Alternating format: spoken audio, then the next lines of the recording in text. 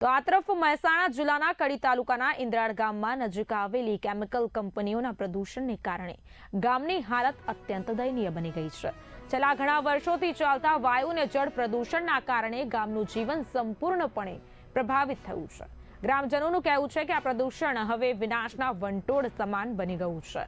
ઇન્દ્રાળ ગામના અનેક વિસ્તારોમાં આવેલા ટ્યુબવેલમાંથી લાલ રંગનું પાણી નીકળતું હોવાના દ્રશ્યો સામે આવી રહ્યા છે। ભૂગર્ભ જળ લાલ થઈ જતા પીવાના પાણીની ગંભીર સમસ્યા ઊભી થઈ। આ દૂષિત પાણીના કારણે ગામમાં પશુપાલન અને ખેતી બંને બરબાદ થઈ ગયા છે।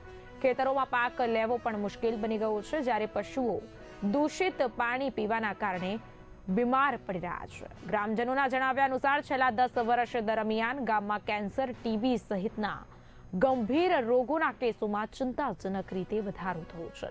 દૂષિત પાણી અને ઝેરી હવાના કારણે આરોગ્ય પર ગંભીર અસર પડી રહી હોવાનું ગ્રામજનો આક્ષેપ કરી રહ્યા છે। અનેક પરિવારોમાં સતત બીમારીને કારણે આર્થિક સંકટ પણ ઊભું થયું છે। ઇન્દ્રાળ ગામની નજીક 10 થી 15 જેટલી કેમિકલ યુનિટો આવેલી છે। આ યુનિટો દ્વારા કરવામાં આવતું બિન નિયંત્રિત પ્રદૂષણ વાયુ અને જળ બંનેને પ્રદૂષિત કરી રહ્યું છે। યોગ્ય શુદ્ધિકરણ વિના રાસાયણિક કચરો બહાર છોડવામાં આવતો હોવાના કારણે ગામના ભૂગર્ભ જળ સ્ત્રોતો સંપૂર્ણપણે દૂષિત થઈ ગયા હોવાનું ગ્રામજનોનું કહેવું છે। પરિસ્થિતિ એટલી ગંભીર બની છે કે ગામના અનેક લોકો રોજગારી અને આરોગ્ય બચાવવા માટે અન્ય સ્થળે હિજરત કરવા મજબૂર બન્યા છે। વર્ષો જૂના ઘરો ખાલી કરવા પડી રહ્યા છે અને ગામની વસ્તી ધીમે ધીમે ઘટી રહી છે।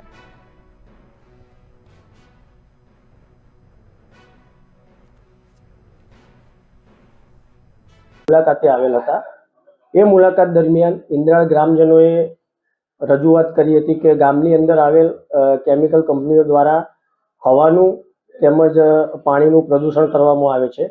જે પ્રદૂષણ અંગે અમોએ GPCB Gujarat pollution control board મહેસાણાને જાણ કરી અને પ્રદૂષણ અટકાવવા માટેના પ્રયત્નો કરવા માટે લેખિત જાણ કરેલ છે।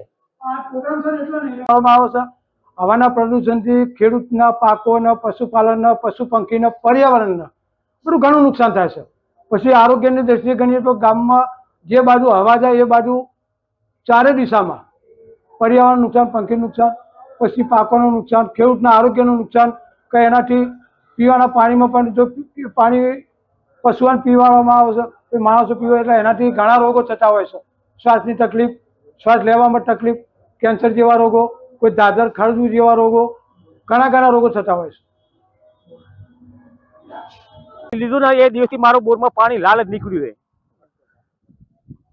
અમારો અહીં પરિવાર છે ને ઓછામાં 70 થી 80 મારો પરિવાર છે। અમારો ઢોર અમારી ખેતીમાં નુકસાન થાય છે। એટલે મારે તો એવું જ કેવું છે કે આ કંપનીઓ તમે પરમિશન આપશો નહીં કેમિકલની। આ બધી કંપનીઓ તમે મૂકો રનમાં હારીએ।